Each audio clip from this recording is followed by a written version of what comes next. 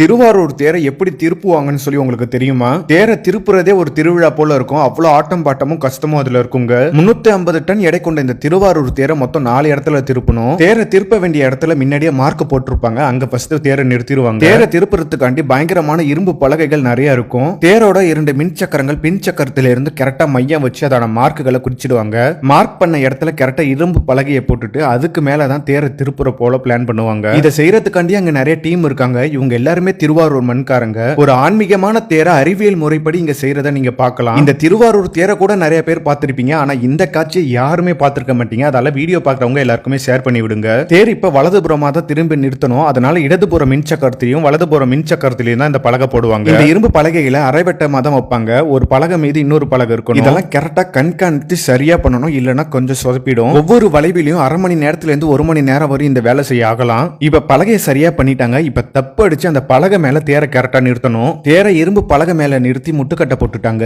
இப்ப வடத்தை எல்லாம் வலது பக்கமா எடுத்துட்டு போகணும். இந்த திருவாரூர் வடம் மொத்தம் 4ங்க. ஒவ்வொரு வடத்திலையும் 500 இருந்து 1000 மக்கள் தேர் இழுப்பாங்க. இப்ப தேரோட 2 சக்கரமும் இரும்பு பலகை மேல நிறுத்தியாச்சு. இப்ப இரும்பு பலகையில தேர் சக்கரம் வழுக்கிட்டு போக அதுல கிரீஸ் மட்டும் விளக்கண தடவணும். வழவழப்பு இருக்கிறதால தேர் சக்கரத்துக்கு பெருசா டேமேஜ் ஆகாதுங்க. தேரோட ஒரு வடத்தை மட்டும் அங்க உள்ள புல்ட்ரோசர்ல இணைச்சிடுவாங்க. இப்ப கிரீஸ் விளக்கெண்ணெல்லாம் கரெக்டா தடவியாச்சு. இப்ப தேரை திருப்ப வேண்டியதான். ஆயிரக்கணக்கான மக்களும் சக்தி வாய்ந்த புல்ட்ரோசரும் ஒரு சேர தேரை இழுப்பாங்க. அரூரா தியாகேசானுங்கிற சத்தம் எழுப்ப தேர் அழகா வளைஞ்சு வரும் பாருங்க.